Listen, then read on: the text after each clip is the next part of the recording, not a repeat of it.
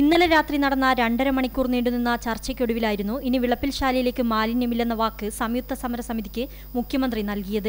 വിളപ്പിൽശാലയിൽ ചവർ factory തുറന്നു പ്രവർത്തിക്കാനുള്ള സാഹചര്യം നിലനിൽക്കുന്നില്ലെന്ന് ചൂണ്ടിക്കാട്ടി കോടതിയിൽ സത്യവാങ്മൂലം നൽകുമെന്നും സർക്കാർ ഉറപ്പു നൽകി.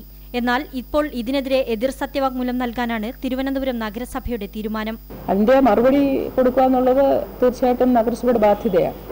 അഫിഡവിറ്റ് സർക്കാർ ഫയൽ ചെയ്താൽ അതിന്റെ കൗണ്ടർ അഫിഡവിറ്റ് ഫയൽ ചെയ്യുക എന്നുള്ളത് എന്താണെന്ന് വെച്ചാൽ സർക്കാർ ഈ കേസിൽ പ്രതിയാണ്, നഗരസഭ വാദിയുമാണ്.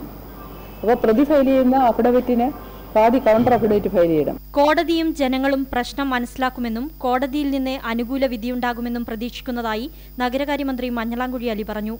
ഇതില് പ്രധാനമായിട്ട് അത്ഭുതപ്പെടാനുള്ള ഒരു കാര്യമില്ല. കാരണം കഴിഞ്ഞ കുറെ കാലങ്ങളായി നഗരസഭ പറയുന്നത്, കോർപ്പറേഷൻ പറയുന്നത് ഇവിടുത്തെ മാലിന്യം വിളപ്പിൽശാലയിൽ തന്നെ സംസ്കരിക്കണം എന്നാണ്.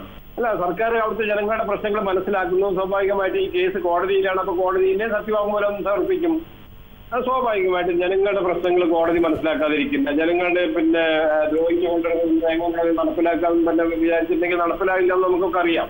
വിളപ്പിൽ ജനതയെ ഇനിയും ദ്രോഹിച്ചാൽ മേയർക്ക് വലിയ വില നൽകേണ്ടി വരുമെന്ന് സംയുക്ത സമരസമിതി general convener CS Anil India വിഷനോട് പറഞ്ഞു. കോടതിയിൽ നൽകുന്ന സത്യവാങ്മൂലത്തിനെതിരെ സത്യവാങ്മൂലം നൽകുന്നു എന്ന് പറയുന്നത് വിളപ്പിൽ ജനതയോട് കാണിക്കുന്ന ഒരു ധിക്കാരപൂർവമായ രീതിയാണ് എന്നാണ് സമരസമിതിക്ക് പറയാനുള്ളത്. മേയർ അതുപോലെ അതിൻ്റെ പിന്നിൽ നിന്ന് പ്രവർത്തിക്കുന്ന ചില നിഗൂഢ ശക്തികൾ ഒക്കെ തന്നെ അവരുടെ ധാർഷ്ട്യം ഉപേക്ഷിച്ചുകൊണ്ട് വിളപ്പിൽ ജനതയോടൊപ്പം നിൽക്കണം എന്നാണ് പറയാനുള്ളത്. വിളപ്പിൽശാലയിലെ ജനകീയ പ്രക്ഷോഭത്തെ തുടർന്നായിരുന്നു ചവർ ഫാക്ടറി അടച്ചുപൂട്ടിക്കൊണ്ടുള്ള ഉത്തരവ് സർക്കാർ ഇറക്കിയത്.